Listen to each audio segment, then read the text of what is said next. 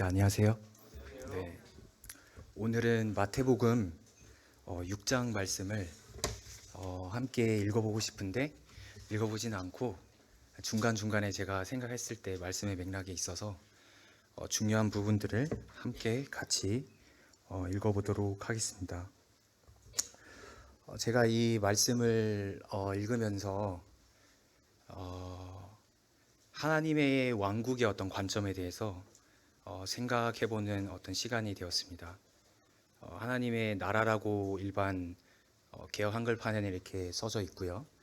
근데 킹 제임스나 유대인 성경 혹은 헬라 성경에는 하나님의 왕국이라고 표현이 되어 있습니다. 우선 마태복음 6장 말씀은 너희가 사람 앞에 너희의 의의를 나타내기 위해서 행하는 그 모든 것이 사실상은 그 하나님의 뜻에 부합하지 아니하고 그 모든 것은 사실상은 하나님 앞에 보상을 받을 수 없는 것이다 라고 말을 하면서 마태복음 6장 말씀은 시작을 하고 있습니다. 위선에 대해서 이야기를 하고 있죠. 첫 번째 위선은 우리가 하는 구제 사역에 대한 부분을 이야기하고 있어요. 그래서 우리가 구제 사역을 하는데 막 나팔을 불면서 우리가 이런 구제 사역을 하고 있습니다 하면서 그렇게 사람들 앞에서 나의 영광을 위해서 행할 것이 아니라 오히려 이 모든 것이 오히려 오른손이 하는 것을 왼손이 한 것을 모르도록 참 은밀하게 하여라. 은밀하게 보시는, 은밀한 중에 보시는 하나님 앞에 하여라 라고 말을 하고 있습니다. 그러고 나서 이제 주 기도문이 이렇게 쭉 나오고요. 이제 그러고 나서 우리가 이제 기도하는 부분에 대해서 또 나옵니다. 여기서는 이제 구제하는 사역에 대해서만이 아니라 우리가 기도에 대해서도 사실 위선을 할 수 있다 라는 부분을 이제 언급하고 있는 부분이 있고요. 기도를 사람 앞에서 너가 마치 신령한 사람인 것처럼 사람 앞에 보이기 위해서 너가 큰 길거리나 회당에서 가서 너희가 하지 말고 골방에 가서 은밀한 중에 보시는 그 하나님 앞에 조용히 행하여라. 머리에 기름을 바르고 얼굴을 씻고 그렇게 기도를 행하라 라고 말하고 있고요. 그리고 마지막으로는 이제 금식에 대해서 이야기를 하고 있죠.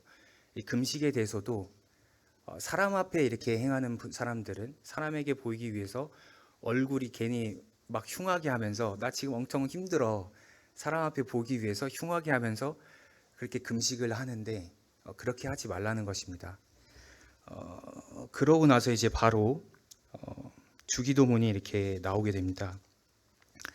우선 제가 오늘 말씀을 이렇게 도입하기 전에 하나님의 이제 왕국의 개념에 대해서 제가 짧게 언급하고 넘어가는 게 오늘 말씀의 맥락에 있어서 좀 더 이제 부합한다 싶어서 제가 잠깐 말씀을 드리고 넘어가도록 하겠습니다.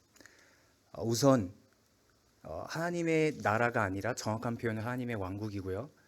하나님의 그 왕국의 개념은 그 무엇이냐라고 봤을 때 왕국에 만약에 왕이 없으면 그것은 더 이상 나라가 아니겠죠.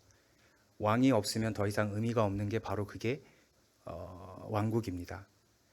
그렇지만 나라는 민족 국가가 될 수도 있고요. 민족 중심으로 뭉칠 수도 있는 게 나라이고 혹은 뭐 여러 가지 정치적인 어떤 그런 또 서로의 어떤 의견이 일치해서 만들어질 수 있는 게 또 나라이지 않습니까? 그렇지만 왕국은 왕을 중심으로 뭉치는 그분의 통치 영역이 미치는 영역을 왕국이라고 합니다. 대한민국 헌법 1조 1항을 보면 대한민국은 민주공화국이라고 말하고 있죠. 여긴 두 가지 체제가 나옵니다. 민주주의, 공화주의. 자, 민주주의는 주권이 어디서 나온다고 말합니까? 국민에게서 나온다. 곧 여기 계신 한 분 한 분이 주권을 가지고 그 주권을 행사해서 세운 나라가 바로 대한민국이다라고 말하고 있고요.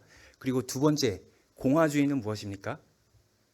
소수가 다스리는 나라가 아니라 공동체가 우선시 되는 여기에 핵심적인 원리가 나오죠. 권력 분립이 나옵니다. 상권 분립이 나옵니다. 그리고 두 번째로는 어떤 부분이 나오죠? 법치주의가 나오죠. 만인이 어떤 지위와 막론하고 대통령이든 가난한 거지든 법 아래서는 평등하다라는 그 사상 아래서 공화주의가 통치되게 되죠. 그렇지만 지금 여기 마태복음 6장에 나와 있는 이 왕국의 개념은요. 주권이 사람에게서부터 나오지도 않고 주권을 구체적으로 제가 찾아봤습니다. 찾아봤을 때 주권을 그러면 뭐 어떤 표현을 해야 될까라고 봤을 때 어떻게 보면 배타적이면서도 독자적으로 최종 결정권을 갖는, 좀 어렵게 말하면 전문적인 이야기를 하면 복잡하지만 결정권을 갖는다라는 말입니다. 결국은 다른 말로 쉽게 말하면 주인이 되었다. 내 삶의 주인이 내가 되었다. 주권이 만약에 나에게 있다면 내가 결정하는 것, 네가 뭔데 나한테 뭐라 해. 이게 바로 내 주권이 나한테 있다라고 말하는 것입니다. 근데 왕국의 주권, 다시 말해서 왕에서 그 왕국에서 행해지는 그 모든 것들, 통치 행위, 다스려지는 그 모든 행위가 사실상 그 권한과 모든 것이 어디서부터 나온다라고 성경은 말하고 있냐면 사실상 하나님으로부터 나온다라고 말하면서 여기 주기도문 마지막 부분에 이렇게 되어 있습니다. 유대인 성경을 제가 읽도록 하겠습니다. 참으로 왕위와 능력과 영광은 영원히 아버지의 것입니다. 아멘이라고 되어 있습니다. 일반 성경에는 나라와 권세와 영광이라고 되어 있죠. 그럼 이 나라가 누구의 나라라고요? 바로 하나님의 나라인 것입니다. 이런 개념에서 봤을 때 우리는 사실 그 나라에 동참하게 되고 그 그리스도께서 모퉁이 돌이 되셔서 우리는 그분의 지체로서 참여하게 되는 것이고요. 그렇지만 그 나라를 주관하시고 통치하시고 입법하시고 재판하시고 그 모든 권한이 사실상은 이 왕국에서는 그 하나님께 있다는 사실을 명확하게 하고 6장을 읽었으면 좋겠다라는 생각이 들어서 제가 잠깐 언급하게 되었습니다. 그렇다면 야고보서 4장 12절에 이렇게 나와 있죠. 입법자와 재판관은 오직 한 분이시니 능히 구원하기도 하시며 멸하기도 하신다. 여기에 말하고 있는 부분은 세상에는 이 입법제도와 사실상은 사법부가 이렇게 나뉘어져 있지 않습니까? 그렇지만 그 왕국에는 입법과 그 재판관 그 지위가 사실상은 하나님께 있다는 것입니다. 그분께서는 그분의 능력을 통해서 구원하기도 하시고요. 그리고 패하기도 하신다라는 그 말씀이 야고보서 4장 12절 말씀에 나와 있는 거고요. 자, 그렇다면 이런 관점에서 저희가 봤을 때 저희가 외식하는 부분, 기도할 때 외식하는 것, 그리고 저희가 금식할 때 외식하는 것, 그리고 우리가 구제 활동을 할 때 외식하는 것, 이게 왜 잘못됐는지 명확히 나옵니다. 왜 그러냐면 거기에 중점은 어디 있습니까? 결국은 하나님의 왕국에 속한 자가 아니다 이 말입니다. 그 영광은 나에게 돌리지, 결국은 그 영광이 하나님께 돌려지는 게 아니라 나에게 돌려진다. 그 주권은 나에게 있기 때문에 하나님께서 그 문제를 지금 지적하고 있는 것이고요.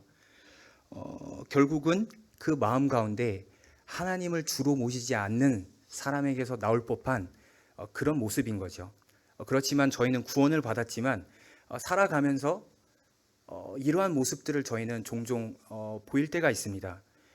내가 어떤 일을 해야 할 때 사람 앞에 좋게 인정을 받기 위해서 내 이름이 어떤 명예를 얻기 위해서 또는 사람들 앞에 참 이렇게 인정을 받기 위해서 이렇게 행해지는 경우가 있는데요. 하나님께서 이런 부분들을 경계하라라고 지금 마태복음 6장 말씀에 말씀하고 있는 것입니다. 근데 이렇게 이 말씀을 6장 말씀을 이렇게 쭉 읽어가다 보면 이렇게 해라 하지 마라 이런 부분들이 나옵니다. 그럼 우리가 이런 부분을 그러면 우리가 율법으로 받아들일 거냐? 어떻게 보면 세상 사람들은 이걸 그냥 읽었을 때 이거는 하지 마, 이걸 해 이런 차원으로 받아들일 수 있겠죠.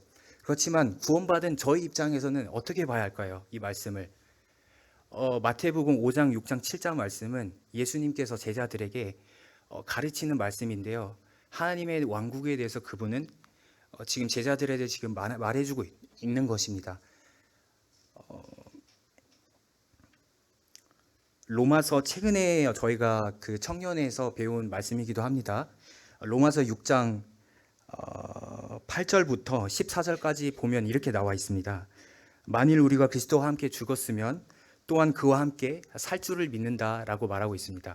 사실은 우리의 정체성이 그리스도와 함께 죽었죠.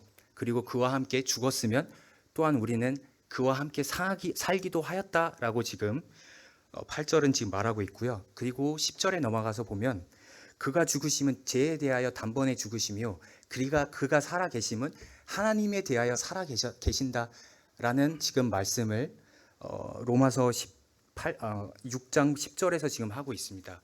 그러면서 13절에는 뭐라 말하고 있냐면요, 우리의 지체를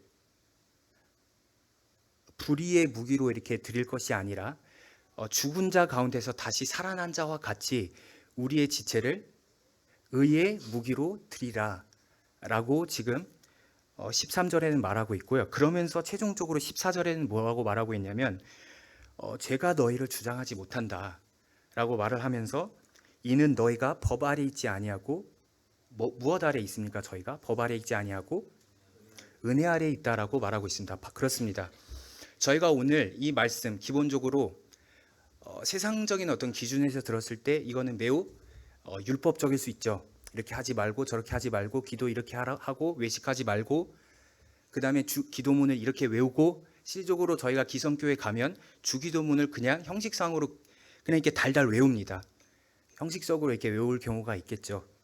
그것은 왜 그러냐면 율법이 되어 있기 때문에, 법이 되어 있기 때문에 그렇습니다.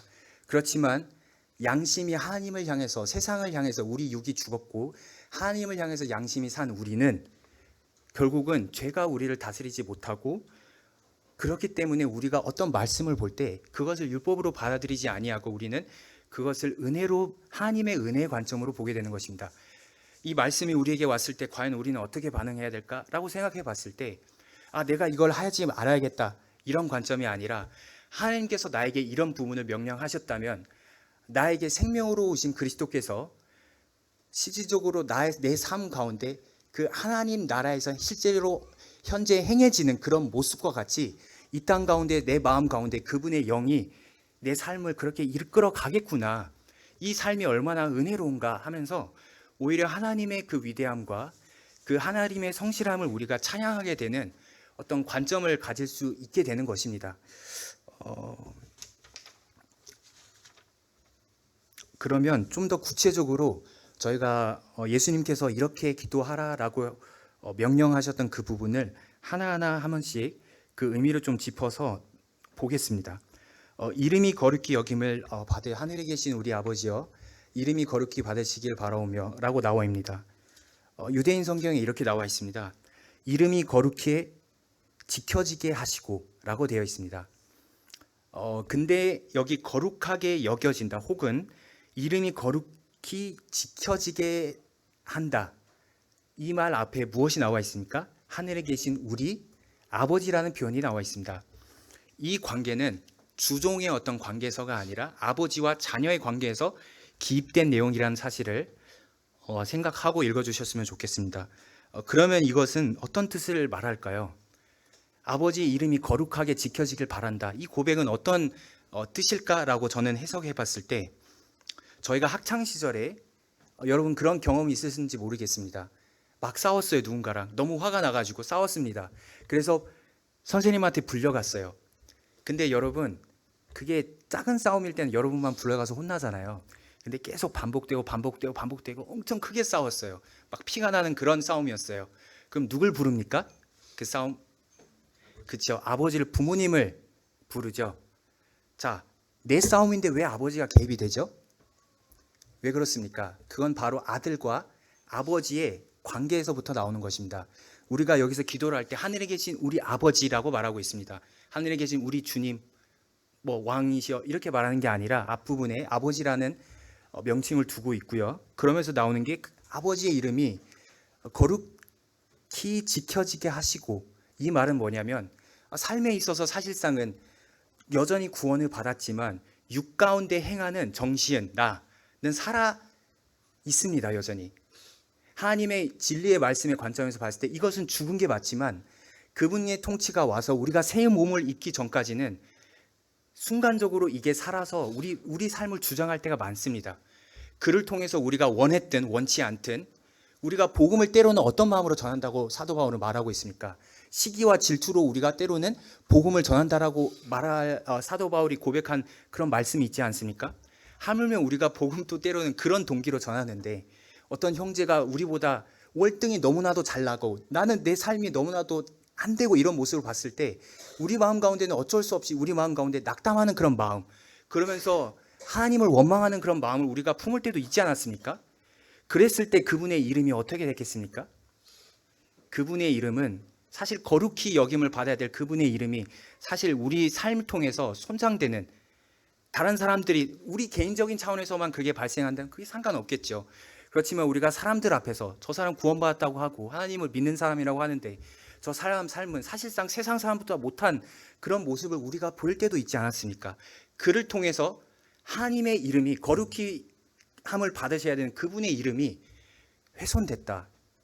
그랬을 때 우리 마음 가운데 있는 그 고통, 하나님 앞에 있는 그 하나님을 향해서 그 신음하는 그 영의 그 마음을 지금 대변하고 있는 것입니다. 이 주 기도문을 시작할 때 하나님, 아버지의 이름이 거룩하게 염을 받으시옵소서. 주님, 저는 연약한 사람입니다. 그렇지만 그리스도 안에서 저는 온전한 하나님의 자녀로서 저는 하나님의 그 이름을 거룩하게 여기게 하는, 다른 사람들이 봤을 때도 하나님의 이름이 저 사람을 통해서 정말 그분의 이름은 참 거룩하구나, 이런 삶이 나타날 수 있다라는 그 고백을 동시에 연약함을 인정하면서 동시에 우리의 믿음을 고백하는 것이 바로 이 기도문 첫 번째 줄에 지금 나오고 있는 것입니다. 두 번째는 그러면 이제 어떤 부분이 나오죠? 나라가 임하시오며라고 이야기하고 있습니다. 동일하게 여기 나라가 아니라 왕국의 개념으로 생각을 해야겠죠. 이 표현은 왕국이 실질적으로 여기에 임해서 뭐 통치하고 실제적으로 이런 개념이라기보다는 사실상 하나님의 그 왕국의 법치 가운데 살아가는, 그 성령의 법 가운데 그리스도의 생명으로 살아가는 우리 마음 가운데 사무쳐져서 하나님께서 어서 오시옵소서, 세상 가운데 얼마나 불의하고 우리 마음을 옥죄고 우리 마음을 참 답답하게 하는 이 수많은 것들이 참 하나님께 부르짖게 하는 것이죠. 하나님 아버지의 왕국이 속히 오기를 고대합니다. 마라나타, 예수여 어서 오시옵소서, 이 고백을 하는 것입니다. 기도를 할 때 저희 마음의 기본이 이래야겠죠.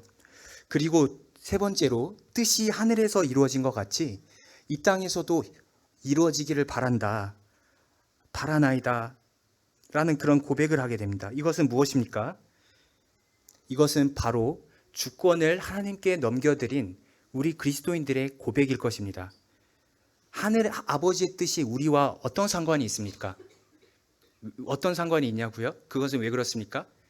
그분과 우리는 연결되어 있고 그분의 영광이 바로 우리의 영광이고 그분의 기쁨이 우리의 기쁨이 되기 때문에 아버지의 뜻이 이루어지는 것이 바로 우리 왕국 백성들의 기본적인 마음가짐이어야 하겠다라는 그런 부분을 지금 세 번째 부분에 지금 이야기를 하고 있습니다. 그 다음에 바로 네 번째 어떤 부분이 나오죠? 우리가 오늘 필요한 양식을 우리에게 주시옵소서. 유대인 성경을 제가 지금 읽고 있습니다. 우리에게 필요한 양식. 세 번째 부분은 모두 다 하늘나라, 아버지와 관련, 왕국과 관련되어 있는 부분인데요. 네 번째 파트부터 저희 형편과 관련된 부분이 나옵니다. 첫 번째로 나오는 게 바로 먹고 마시고 입는 부분에 대한 부분인 거죠. 그만큼 세상 살기가 그렇게 쉽지 않은 것 같습니다. 저희가 저희 최선을 다해서 저희가 우리의 삶을 이렇게 갖고 나가고 월급 봉급을 받으면서 그걸 아끼고 아껴서 또 우리가 결혼을 하고 하는 그런 삶이 있지 않습니까? 근데 보면 참 이렇게 살아가기가 이렇게 참 쉽지 않은 그런 현실에 대해서 주님께서는 그냥 너 혼자 생각하고 있고 그냥 그렇게 하는 게 아니라 하나님께 구하여라. 주님께서 충분히 우리의 형편을 아시고, 주님 제가 지금 이 형편이 지금 처해 있는데 제가 지금 이 물질을 이 일 가운데 제가 해결해야겠습니다. 주님 제가 어떻게 하면 좋을까요? 라고 주님 앞에 나오라는 것입니다. 그리고 그랬을 때 우리가 그분의 음성을 듣고 그분의 백성으로서 우리가 그분의 말씀을 듣고 우리 마음 가운데 유념하며 그것을 실질적으로 주님으로부터 받은 그것으로 우리가 살아가게 되는, 사실상은 우리가 이 땅 가운데 지내지만 하나님의 왕국의 백성으로 살아가는 그 삶이 이루어지는 어떤 과정을 지금 이야기하고 있다라고 저는 보았습니다.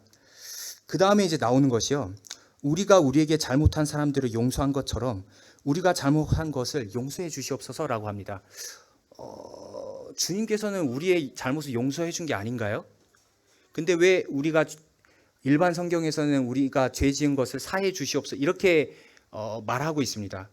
이게 율법적인 어떤 차원에서 보면 여전히 우리 죄가 남아 있는 것처럼 보일 수 있습니다.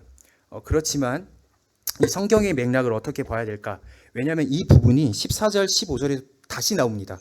어떻게 나오냐면요. 만일 너희가 다른 사람들의 위법 행위를 용서하면 하늘에 계신 아버지께서도 너희를 용서하실 것이다.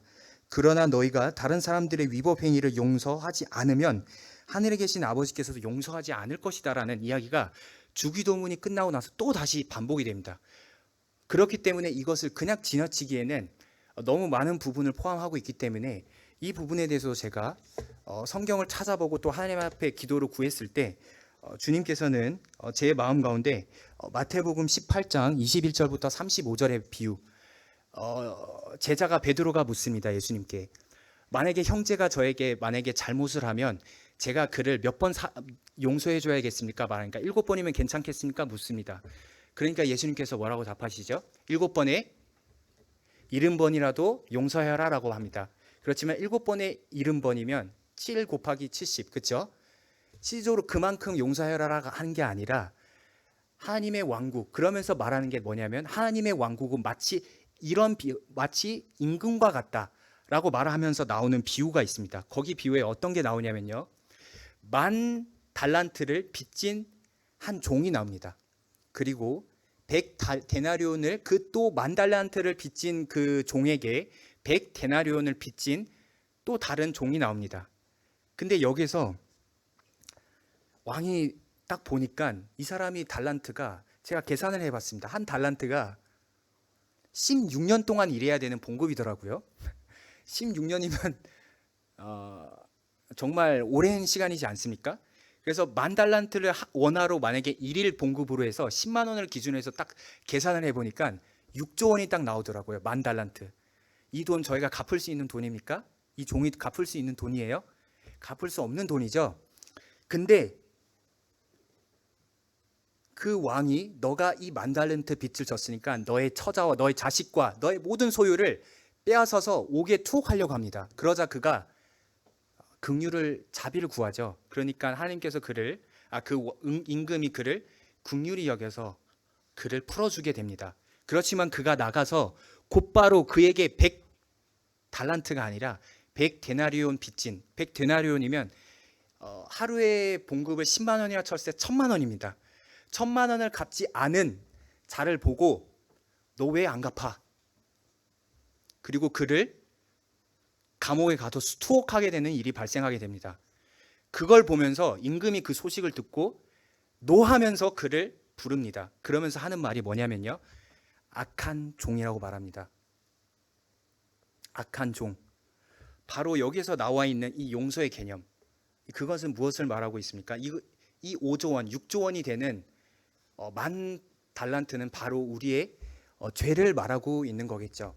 우리가 참 하나님 앞에는 씻으려고 해도 1,000번을 태어나야, 연봉이 만약에 1억이어서 50년 동안 일한다고 하면 1,000번을 태어나야 됩니다. 저희 삶이. 그렇게 해야지만 갚을 수 있는 돈이 5조 원입니다. 그렇게 사실 불가능할 뿐더러 우리가 감당할 수 없는 그 빚을 용서해 주신 그 마음은 온데간데 없고, 그분의 은혜가 우리 마음 가운데 머무를 곳이 없고, 오히려 우리가 세상 사람을 향해서 우리에게 불의를 행한 그 사실을 보고 우리가 그를 향해서 자비를 품는 것이 아니라 율법의 잣대를 대고, 하나님의 사랑의 그 마음이 머무를 자리가 없어서 율법의 잣대를 드러냈고 그를 향해서 정죄하면서 그를 심판하는 그 모습은 하나님께서 악하다라고 말하고 있다라는 그 사실을 저희는 마태복음 18장 21절부터 35절 말씀을 통해서 확인할 수 있습니다. 이것이 바로 하나님의 나라의 원리는 이렇게 이루어진다. 그리고 하나님 아버지는 이런 마음을 품고 계신다라는 그런 사실을 지금 마태복음 6장을 통해서 하나님께서는 저희에게 지금 말씀해 주시고 있다라고 저는 봤습니다. 그러면서 나오는 것이 한 사람이 두 주인을 섬기지 못한다. 만약에 한 주인을 사랑할진데, 만약에 한 주인을 미워하고 다른 주인을 그러면 사랑하게 된다. 한 주인을 중히 여기고 다른 주인을 경히 여기게 된다. 결국은 그러면서 나오는 것이 너희가 재물과 하나님을 겸하여 섬기지 못한다라고 말합니다. 우리 마음 가운데 사실 저도 이렇게 생각이 들 때가 있습니다. 얼마 전에 한 형제하고 이렇게 교제를 나눌 때 선교를 가면 그렇게 마음이 좋고 우리 마음이 하나님을 향해서 너무나도 순수해진다고 합니다.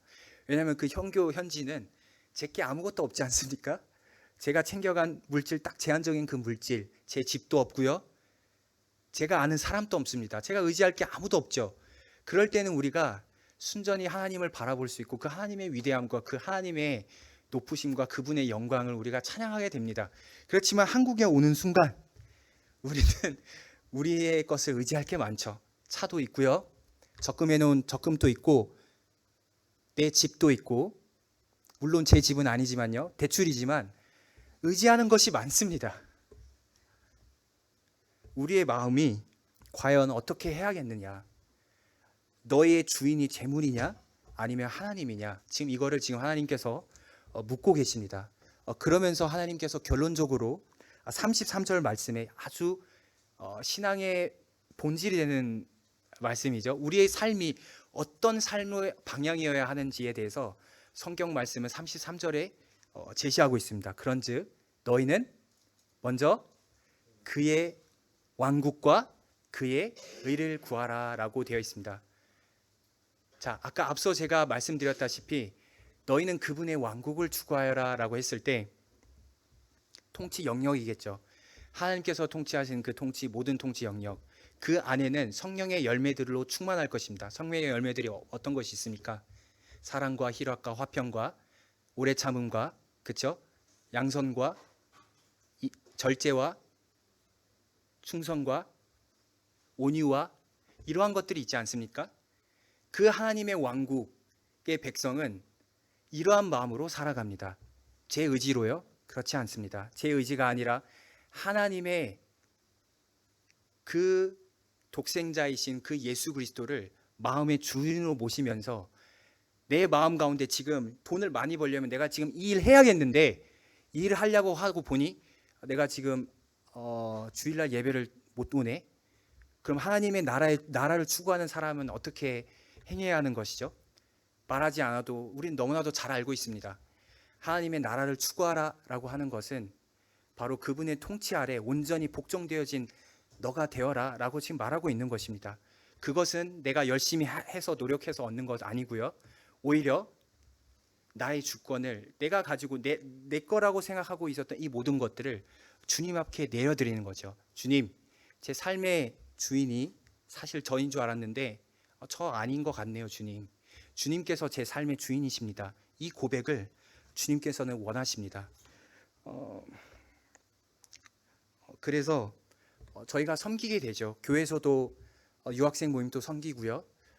그리고 이제 예찬으로 이렇게 그동안 이렇게 한 번도 예찬에 들어가 본 적이 없습니다. 그렇지만 언젠가는 이제 빠른 시일 내에 저도 이렇게 예찬에 이렇게 섬길 수 있는 그런 기회가 왔으면 너무 좋을 텐데요. 이렇게 섬김이 다 있지 않습니까? 교회 안에 말씀을 전하면서 섬김을 하시는 형제 자매님들이 계시고요. 예찬을 통해서 섬기는 분들이 계시고요. 물질을 통해서 섬기는 이런 부분들이 또 있고요.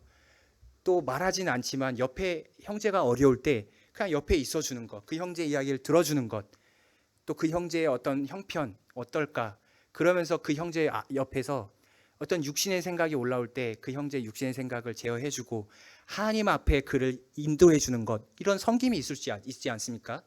그렇지만 우리가 이런 섬김을 저희가 하다 보면 지칠 때가 있습니다. 반드시 지치고요. 반드시 힘들고 나 더 이상 못하겠다 이럴 때가 반드시 옵니다. 그럴 때 성경은 어떤 분을 의지하라고 하시는지 마지막 이사야 40장 28절부터 31절 함께 읽고요. 말씀 마치도록 하겠습니다. 이사야 40장 28절부터 31절 말씀입니다.